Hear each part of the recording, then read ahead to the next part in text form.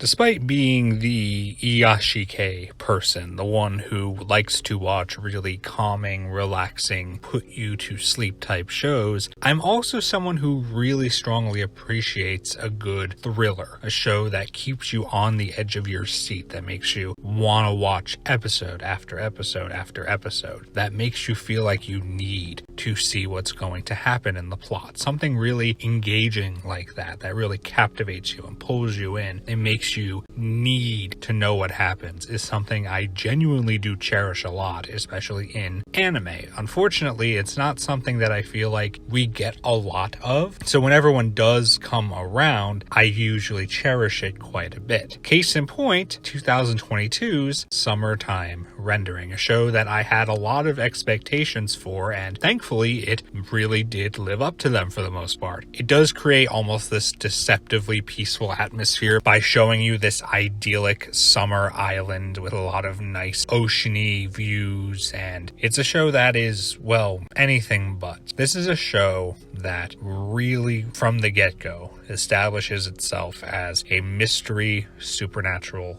thriller. One that has this grand story and intricate plot that it wants to tell. There really isn't anything you could consider fluff or filler or downtime for the most part in this series. If you want something that is all gas with establishing its mystery and making you want to find out what exactly is going on this island, this is the show for you. Now, I'm going to try not to delve too far into spoilers here, so most of what I'm going to say is either going to be kept intentionally vague or is going to be stuff that the show tells you either immediately or very, very early on. So on this island, a lot of mysterious stuff starts to happen. People start to die or disappear, and if they show back up, they aren't quite acting themselves, and there are reports of people seeing doppelgangers. They're literal clones or identical copies, and people don't quite know what's going on. There are some rumors that shadow people might be out there killing people, and ultimately that is what the main mystery of the show is, trying to figure out what nefarious things are going on this isolated island. And while the characters do a good job of servicing that plot and are for the most part pretty likable, they are not the primary reason to watch this show. They are not the primary reason you are watching this show. You are watching this show to see this mystery fully unfurled, to know exactly what is going on, to figure out who is really behind all this, what their goals are, and how exactly the characters are going to manage to stop it. If I were to have any sort of complaint regarding the characters, I suppose I could complain about the eventual main villain, only in terms of their big goal ultimately not being terribly unique in terms of anime. Like, when you see it, you'll be like, oh, really? An anime villain with this as their objective? Who would have thought? I don't think that detracts from the show because there's a lot of other stuff going on. But when, like, that particular aspect is revealed, it is a little bit like Daring today, aren't we? But it's not bad by any means. I really do think the show handles giving you information regarding the mystery, having the characters try to figure things out, run into danger, ultimately have to contend with the villains going after them and try to stop them from figuring things out, and ultimately having, I would argue, a very satisfying resolution. It does a very good job of accomplishing what it sets out to do. And something I do appreciate quite a bit is that even though you have both sides trying to one-up each other,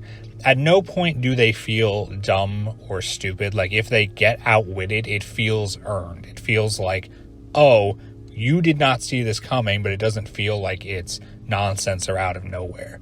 Or if the heroes pull off a big upset against the villains, it's like, wow, that's cool. I'm glad that they thought about that. I'm glad that what they did makes sense, that it's something that I believe the villains would not have seen coming. It never makes the characters feel stupid. If they are outwitted, it makes sense. It feels genuine. And if they are doing the outwitting, it feels intelligent. And it would have been very easy to just have one side occasionally just do stupid things. And that really does not happen. There are a lot of interesting comparisons I could make between this show and another sort of supernatural thriller in Higurashi. Both are basically set in a isolated rural location. Granted, it's not exactly the same because Higurashi is in this very rural village that's not literally closed off from the rest of the world, but feels like it. And in Summertime Rendering, they're literally on a kind of closed off island, and they both have supernatural aspects going on. They both have time loops. They both have murders going on and something pretty complex and yet not convoluted ultimately at the source of it all. Even some of the more specific supernatural aspects are actually fairly similar. Granted, I would argue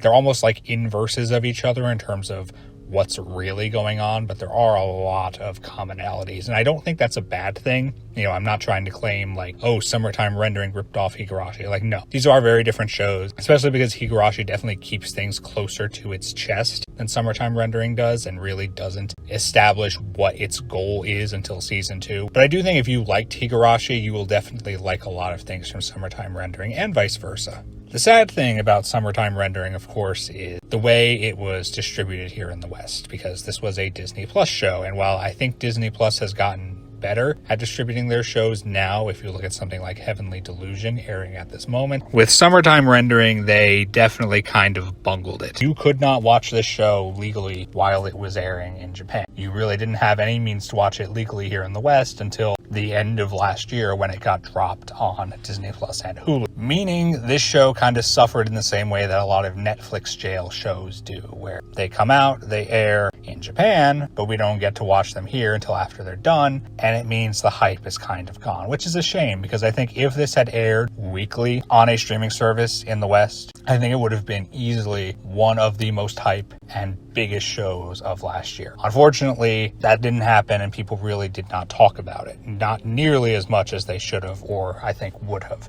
Now, I hope that that will change over time now that the show is pretty easy to access and watch. I really think it deserves it. If you enjoy thrillers, if you enjoy shows that weave intricate and yet not messy story threads and have a satisfying mystery and have darker elements to them, supernatural elements that don't feel completely nonsensical, and ultimately make effective use of their setting, this has basically everything you could want. This is the type of show that, again, I don't think we get often enough in anime, and when we do, it's always a treat, and I think it's one that needs to be savored. This is a show that people need to check out if it sounds at all interesting, because I guarantee you will not be disappointed with this show if you give it a chance. It has so much going for it. It does so much right. And I really think the only thing that prevented more people from watching it was the way it was handled by Disney. It's a shame, but hopefully people will become more aware of it over time. I implore you, check this out. You will not be disappointed. Thank you so much for watching. If you enjoyed the video, please consider liking and subscribing. As always, take care, and I'll see you next time.